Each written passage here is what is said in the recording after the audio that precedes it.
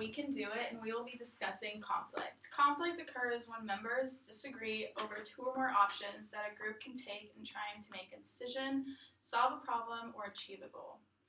Conflict usually results from differences between group members. Some of those differences include personality, perception, information, power, and influence.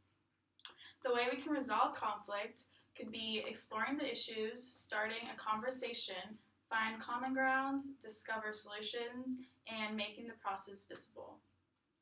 All conflicts usually occur because people do not understand one another, yet they can be resolved. Some types of conflicts that we will be speaking of today are pseudo-conflict. That's when people misunderstand one another. It occurs when individuals agree because of poor communication. This also includes conflict management.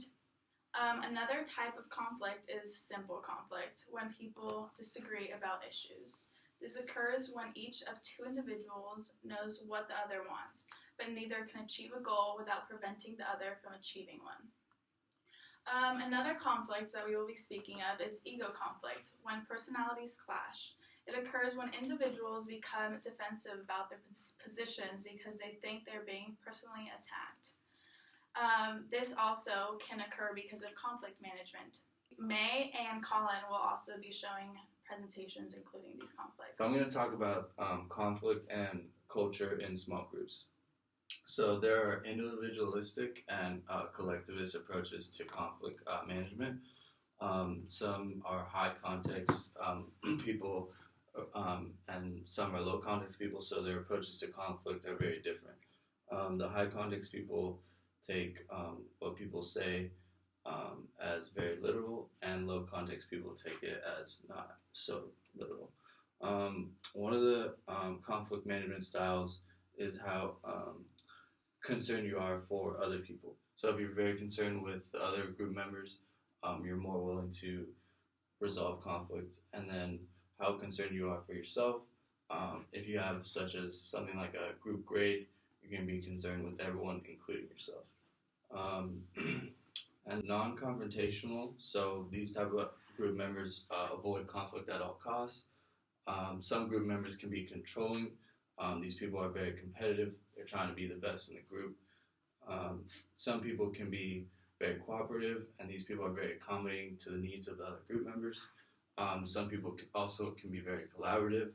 They want to always collaborate, not do things on their own.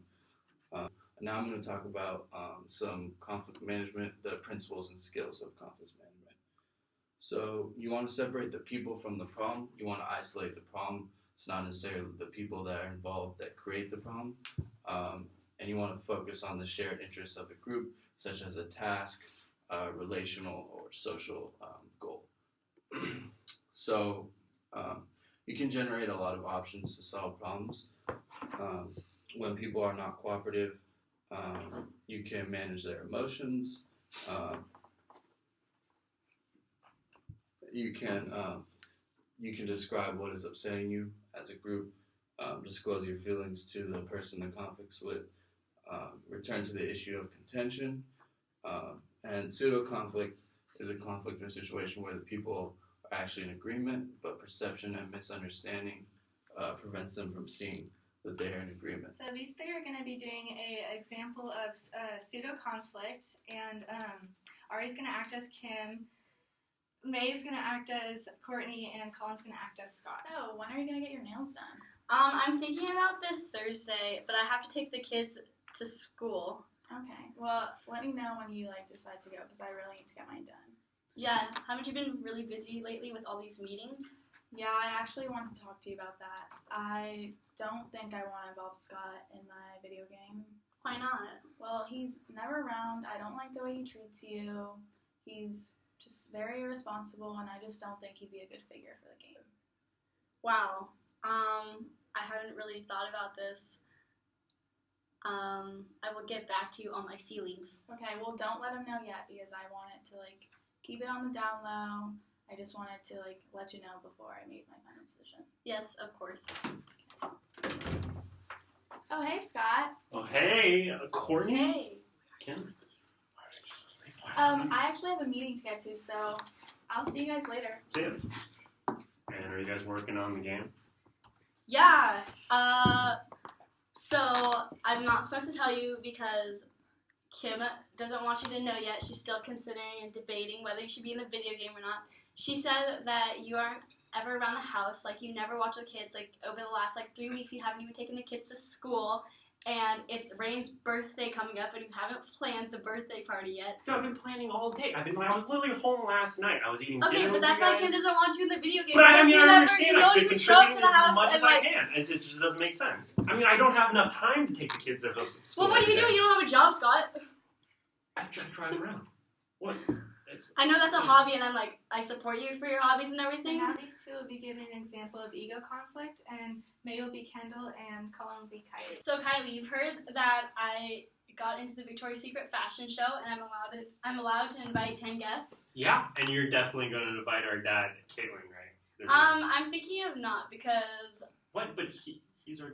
yeah, but it's my first really big fashion show, and I want it to be all about me. And there's been a lot of drama about Caitlin lately, and But she's been going through so much. But it's okay because I'm not inviting any of you guys. I don't want any of you guys to be there. I want Wait, you how to am I not step- invited either? I'm your sister. I'm part of your family. Yeah, but I just want it to be about me. But all I want to do is go out there and support you. I'm not going to steal the spotlight away from anyone or anything. Yeah, but even just having you guys there, the paparazzi will take a lot of pictures of you guys. But I mean, it feels bad that you're not inviting your sisters and your father/mother over to the fashion show. I don't know. I've just been thinking about this while, and it's not an easy decision. And I've just concluded that it'll just be easier for me to even though I admire your support, I would just rather have none of you guys come. I definitely think you should just sleep on this a little bit before you make a I already decision. did. Kylie? Okay, so now I will be talking about practical methods to solve these conflicts. So a practical method would be, so how does a group member enter into a conflict for the good of its members? Here are a few steps to work through. The group leader should define the conflict as she or he recalls it. Our conflict is about the differences between one individual's way of engaging the group and the tension that we and they are experiencing as a result. We should also ask the group members if the conflict has been defined correctly as they recall it. Go around the circle and give each person an opportunity to respond. Some will have something to say, others may simply nod their head in agreement. We should also ask ourselves, how has this conflict felt to you? Or what has been stirred up in you as the conflict has become evident? The purpose here is to give each group member an opportunity to acknowledge and express their feelings.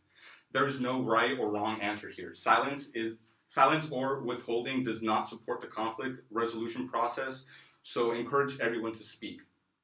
We should also invite these group members to ask questions and any other group member for clarity. We should also be careful to make sure that one person does not dominate this time so that the process begins to lose momentum for others. We can ask each person, what were you hoping would happen in this meeting? What did you want for yourself? What do you want for the group? Ask each person what needs to happen for them to feel that this is a safe and healthy group again. What a member may express may not necessarily be something the group can guarantee. For example, that the conflict will never happen again. The leader's role is to make sure all have been heard and to stay engaged in the process for the sake of the group. Allowing the process to stall or wander will make the group feel unsafe and lose trust. Now that you guys have seen some examples of types of conflict, I will conclude our video with the main reason this concept is very important to both current and future students in small group communications. So first off, conflict is very common, and knowing how to professionally handle the issue will be key to having a functioning and happy group. There are many types of conflict, so being able to pinpoint exactly what the problem is and how people feel will help solve it. Most importantly, conflict is something that has to be resolved or may become worse as the time passes. So thank you for watching.